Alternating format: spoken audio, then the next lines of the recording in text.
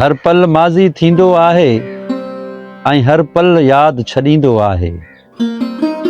का याद खिलाए विझंदी आहे, का याद रुआरे छॾींदी आहे। यकीनन केतिरियूं ई यादूं रुआरींदियूं बि आहिनि ऐं खिलाईंदियूं बि आहिनि। ऐं अॼु हिन हसीन पल खे यादि करण लाइ मां हिते महराण इंजीनियरिंग यूनिवर्सिटी जे सेंटर कैंटीन ते वेठो आहियां।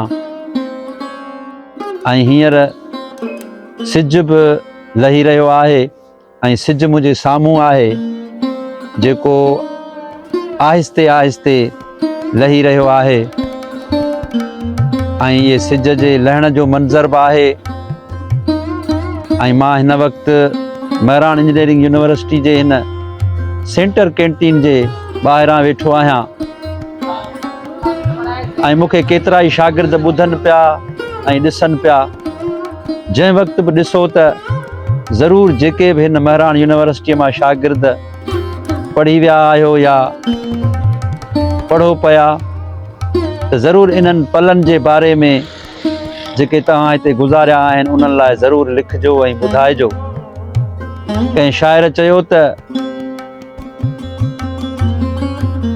महराण जे वादीअ में बेपर्दे घुमे छो थी, महराण जे वादीअ में बेपर्दे घुमे छो थी, छा आग लॻाईंदीअ की झर जे किनारनि खे।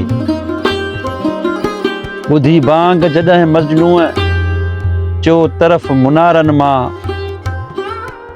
लैला चई चवंदो हो तस्बीह जे दाणनि खे। आकाश ॾिनो रोई छा थी वियो सितारनि खे।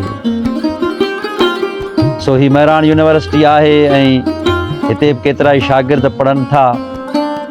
ऐं ही सिज लहण जो लम्हो आहे ऐं हिते हवा बि घुली रही आहे। ऐं हीअ जामशोरे जी हवा, जंहिंखे छुड़वाग हवा बि चयो वेंदो आहे, जंहिंखे रौलाक हवा बि चयो वेंदो आहे। ऐं हिन हवा ते कंहिंजो बि वस न हलंदो आहे। या कंहिं वक़्तु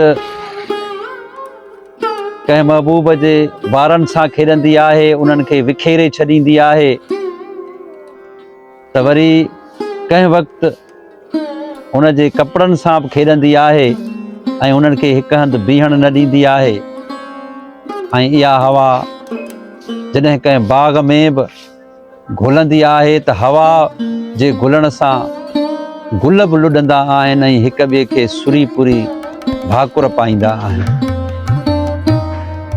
सो ही हिकिड़ा हसीन लम्हा आहिनि जेके आउं तव्हांखे ॿुधाए रहियो आहियां। ऐं हिन लम्हे मूंखे अयाज़ गुल जूं इहे सिटूं बि यादि अचनि पयूं त यादगिरियूं संभाल कम ईंदई, कंहिं विछोड़े जे साल कम ईंदई। हुनखां पुछजांइ गॾु हली सघंदीअ, हिकिड़ो नंढड़ो सवाल कम ईंदई। तो विसारे छॾियो चङो ई कई, कहिड़ो बर्बाद हाल कम ईंदी। मां न हूंदुसि जॾहिं तॾहिं ॾिसजां, जग तोखे मुंहिंजो मिसाल कम ईंदी।